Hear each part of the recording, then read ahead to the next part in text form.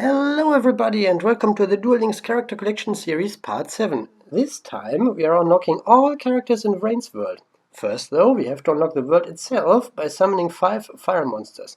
Not a problem with the Hero Rising structure deck. Elemental Hero Bestinatrix would help, Axel Brody has a few fire monsters and the Badland Boxers are fire as well. Use what you have.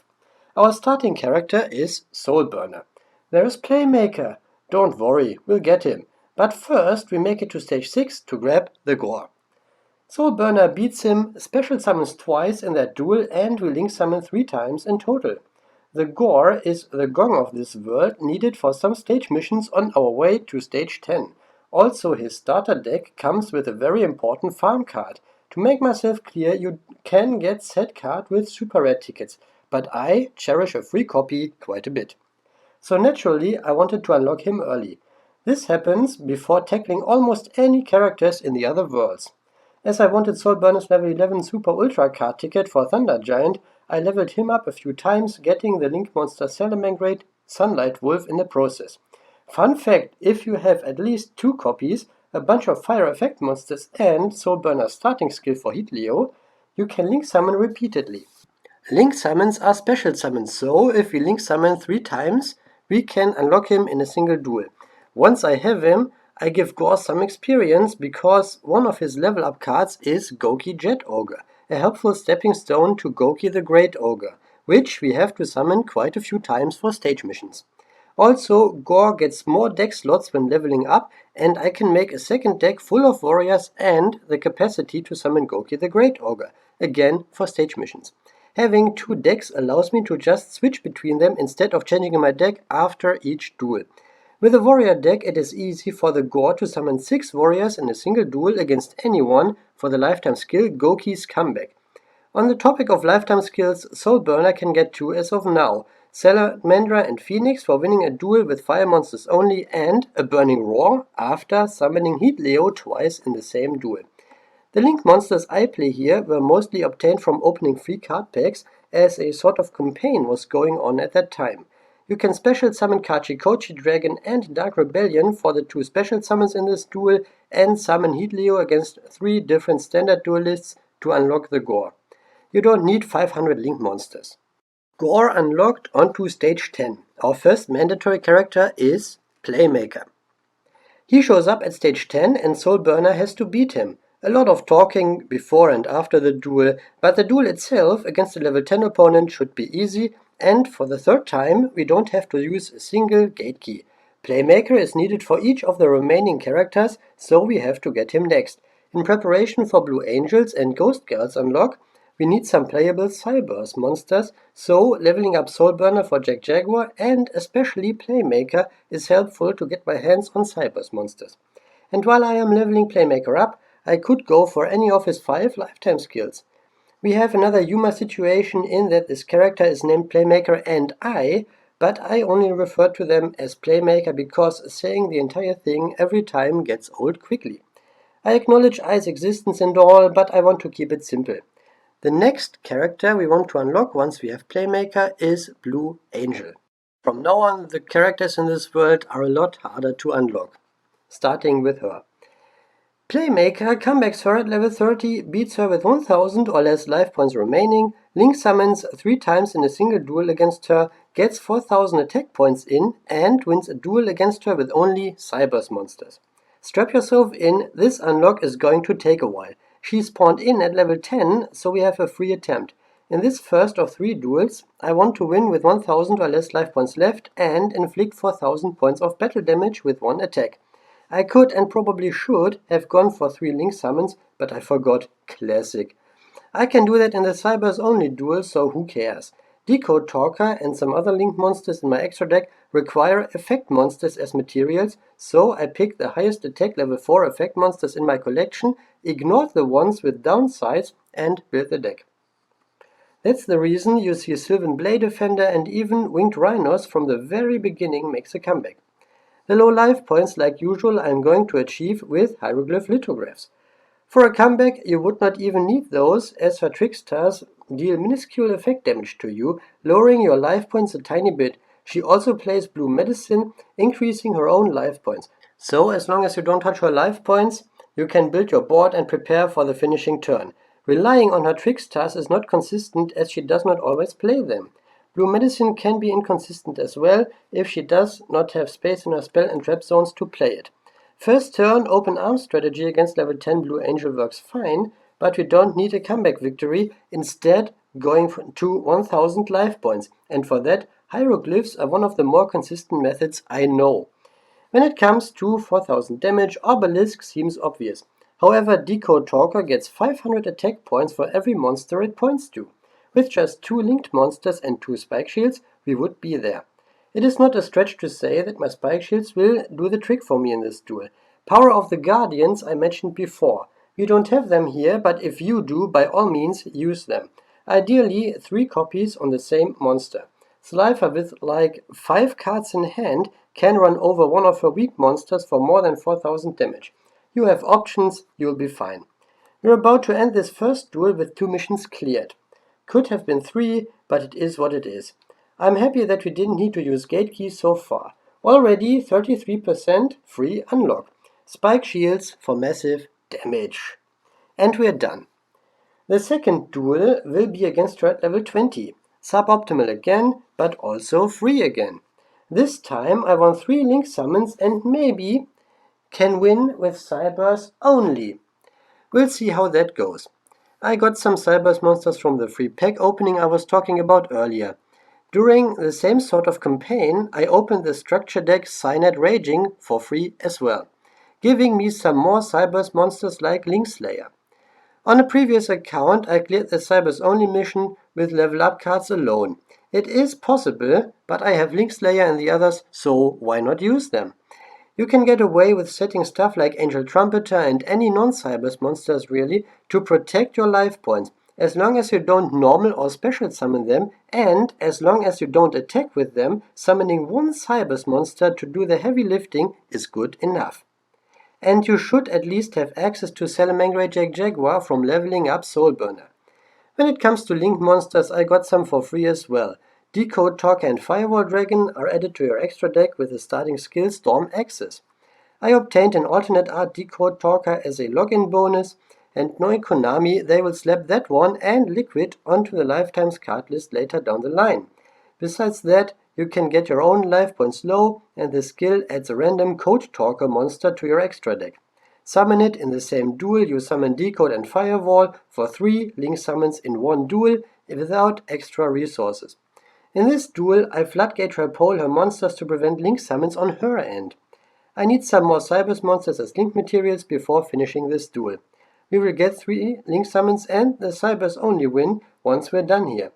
As she was a world spawn yet again, and we have 1 mission for 1 duel left after this, we already have a 66% free unlock. Almost nice. The Cybers only duel is something I like to separate from the other missions. Of course, I could have gone to low life points and 4000 attack in this duel, or the first one for that matter, but for personal preference alone I like to focus on the Cybers stuff in a different duel from the rest. The 3 link summons I messed up, but a lot of my links are Cybers, so it worked fine here.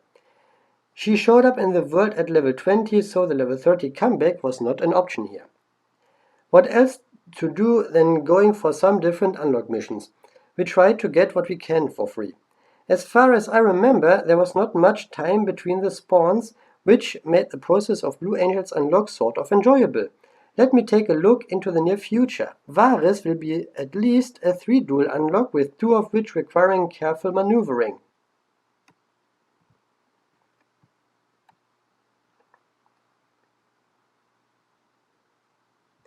Those 2 coincidentally are duels against level 30 Varis.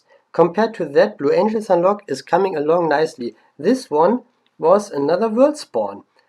If I don't mess this up, we got her in 3 duels without spending a single gate key.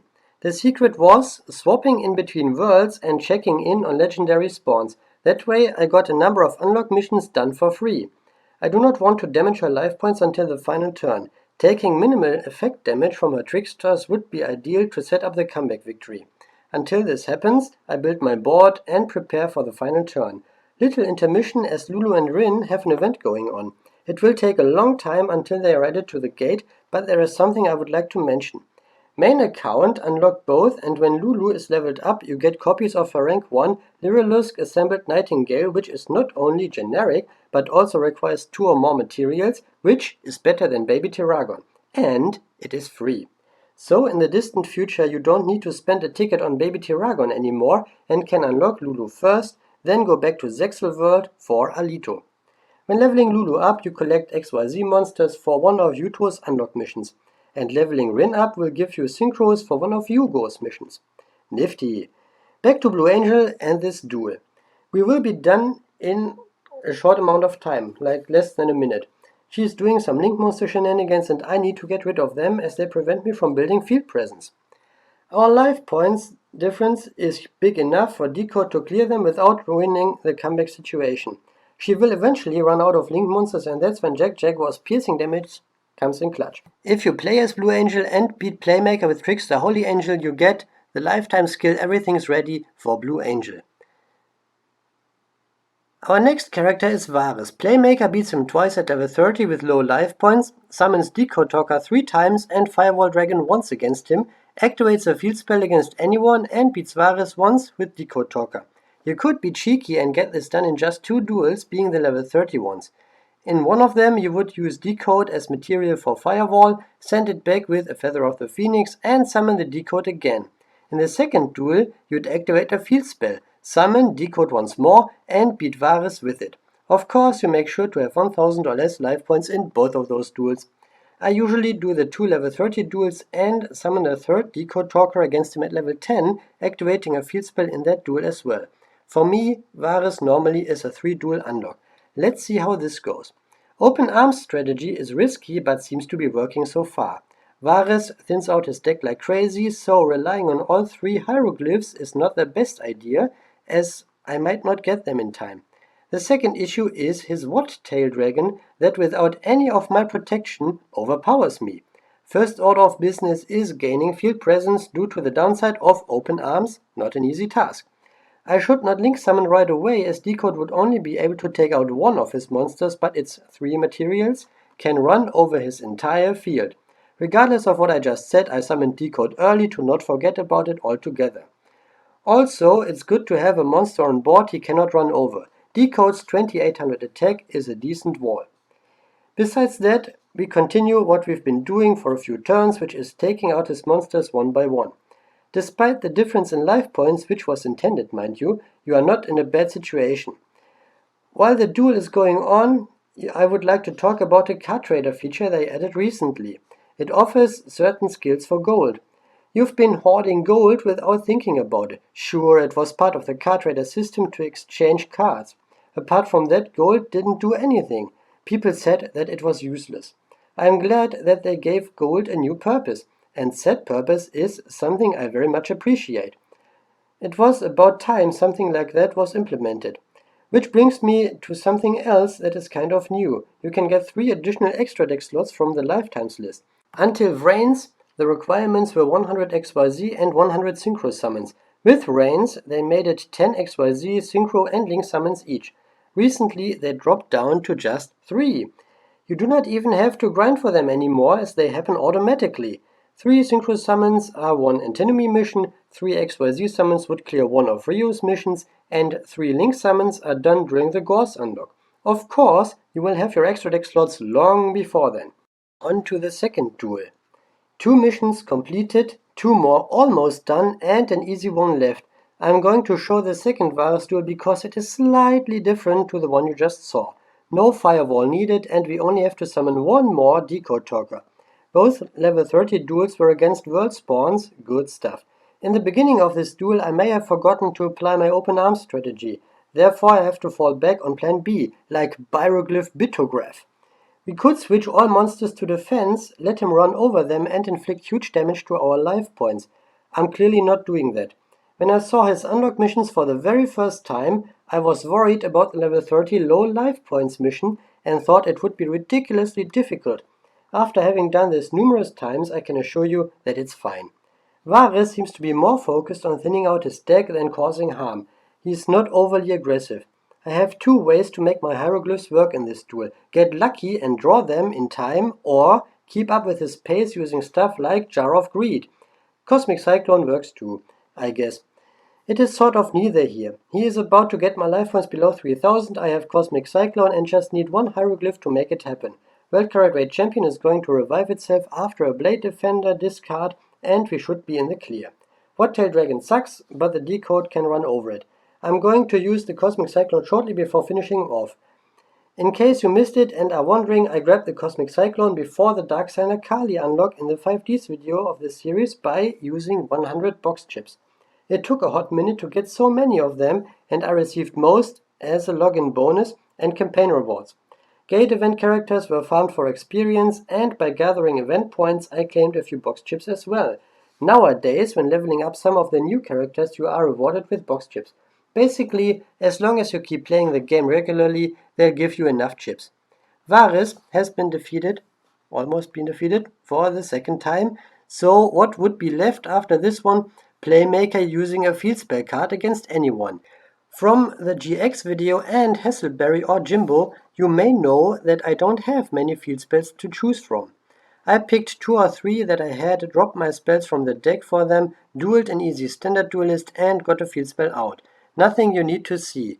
Normally I would do this against Varis at level 10, summoning my third Decode Talker, but because I had a second Decode Talker, which was an alternate art that I could summon in the very first duel against Varis, I did not need to duel Varis again and decided to go up against a standard duelist for the field spell card. But you've seen me do that before with field spells, and you don't need to see it again, I guess. It's really nothing special to it. And the next character is Ghost Girl. Playmaker beats her at level 30, summons a total of 8 Cyburst monsters against her, brings out a link 3 or higher, and defeats her with 500 or less life points remaining before Varis fires off a Mirror Force. So, defeating Ghost Girl at level 30 should not be a big problem. The 8 Cybursts can be summoned in 8 different duels against her if you like. The link 3 is obviously Decode Talker, which happens to be a Cyburst, quite a coincidence. A 500 life point win was achieved against Alito, and we could apply the same strategy, except Ghost Girl could even help us out on that one. And the Varis Mirror Force activation is a lot easier than it used to be. Level 20 Ghost Girl spawned in the world, so I decided to use the Cyber's only deck from Blue Angel's unlock mission and started chipping away at Emma's unlock. In this duel I am going to summon 8 Cyber's monsters and a link 3 or higher. In addition, I try to go down to 500 life points, but will not succeed on that one. As a consequence, I will waste a lot of time instead of finishing the duel early. Initially, I did not plan on going down to 500 life points, however, her Altergeist Penetrator happened. That little fellow can attack me directly and has 500 attack points. After 7 of its attacks, we would be low enough. I saw this monster hit the field and much later wanted to give it a shot.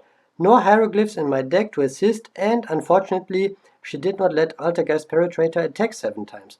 Also, the idea to use it in this duel came to me a tad too late, otherwise I would have allowed it to stay on the field.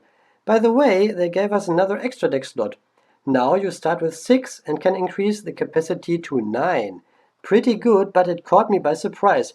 When I was on my main account, I did not know which card to add to my extra deck toolbox at first, and settled on a copy of number 39 Utopia for now to have something that can negate attacks. It is not the best option, I know, and I am going to change that eventually. After this duel I will have 3 more against Ghost Girl and show all of them, but only the low life points mission in the next duel requires time and setup. Duels 3 and 4 are fast, I promise! While we let the footage roll, I would like to talk about Ghost Girl's lifetime skill and what you have to do. Actually, there are 2 now. Altergeist Override is a skill she gets by winning 3 duels with spellcasters only. That one is fine. The other one is not. For the skill Quick Emulatelf, she has to beat Playmaker with Altergeist Prime Banshee. While that does not sound too bad at first, I see 2 major issues. For Prime Banshee, you need Altergeists as materials, and without spending gems on packs and such, have to level Ghost Girl up way past level 10. Okay, let's assume you now have the materials for it. No copy of Prime Banshee means you have to use the starting skill, which only adds Prime to your extra deck if you play spellcasters exclusively and don't have a single spell card in there. That means you can't even use different dimension capsule to search your Altergeists. To me, all of this makes her skill one of the worst starting skills for the summoning of a signature monster. Second only to whatever Zone thinks he's cooking. Terrible. Anyways, we now move on to the second duel. Emma showed up in the world once more and again was at level 20. Suboptimal, but at this point I did not care anymore. For the remaining duels after this next one I went to the gate to get it over with. While her Altergeist Penetrator could help, I chose to not rely on it. Instead I applied the same strategy that already helped in Alito's unlock, negating one of my hieroglyphs with Goblin out of the frying pan, before paying the majority of my life points, getting down to 500 in the process. Assembling the necessary pieces will take a while. Apart from a penetrator that can attack me directly, level 20 Ghost Girl does not pose much of a threat. I have time to gather the pieces I need. All the effect monsters you see here, like winged rhinos, are part of the regular deck I have given to Playmaker. As I want to be able to summon Decode Talker frequently, I do not play non-effect monsters in here. That includes Angel Trumpeter, so my synchro monsters would be offline unless I choose to play tuner effect monsters. For those I have no need, as I replaced the synchros with a bunch of link monsters that usually require effect monsters as their materials, like Pentastag. Before leveling Playmaker up at all, I only had one deck slot for him and gave him this deck. Once he hit level 5, I could have moved this deck over to the new slot using the initial deck slot for my standard deck. For that I was too lazy. Not that it matters anyways, because I don't need to use Playmaker much outside of character unlocks. And for those unlocks, this current deck of his is more suited than the standard deck to begin with. Sitting at 2200 life points, Goblin out of the frying pan was no longer a viable option to get me below 500 unless a penetrator gets an attack in. I'm going down to 200 life points here, guaranteed to obtain the lifetime skill Destiny Draw Monster Reborn. For that one, Playmaker has to win 3 duels with 2500 or less life points remaining. 2 were cleared during the Varis unlock and this is the third. No additional effort for that one. 3 missions cleared, that leaves 2, the Varis Mirror Force and the level 30 win with Playmaker. I want to go for that one next, leaving the easy one for last. There are no strings attached to this one, it's just a plain old win. We can go about this any desired way, making it a comeback victory, summoning a ridiculous monster, running her out of cards, or whatever. I want to go for a fast win, as you had to sit through 2 long duels already. Nothing special to say, because my strategy does not differ from what I usually do.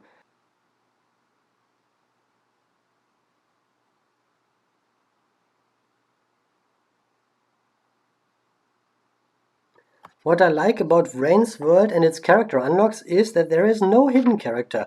What I don't like is the imbalance of unlocking characters. You start with 1, get 1 at stage 6, and the rest, including your main character, at stage 10. I would have liked to have access to Playmaker a little earlier. Also, the other stage 10 unlocks are quite reliant on Playmaker. While the missions themselves differ, Playmaker's involvement makes them kind of bland. Future character unlocks may fix this. Not the biggest fan though. Swapping to Varis for Emma's final mission. He has to activate Mirror Force against her. Sounds easy. Select level 10 and start the assault. Mirror Force used to be a login card. Once that expired, new accounts would not have access to it. Yeah, sure, it would be added to the lifetimes list eventually, but I was playing on a different new account during that period and I didn't have access to the trap. 2 ways out of this. The extra card item, which randomly gives you stuff like Mirror Force, Pot of Greed and so on, unreliable. Or using a Varis skill that after lowering your own life points gave you 1 in 3 odds for a Mirror Force. As a lifetime card, it isn't that bad anymore. We search it with capsules, set a monster to bait an attack, and activate it. That's all we need to do. You're not even required to win the duel, but let's be honest, after a Mirror Force wipe there's no excuse to not beat an NPC. And setting a monster is almost guaranteed to bait an attack. There are some opponents that usually don't attack you, like the level 33 standard duelists with Deck Scraper. However, level 10 legendaries usually go in. Here is the character half circle. Next time we're in Seventh World. Thank you so much for watching.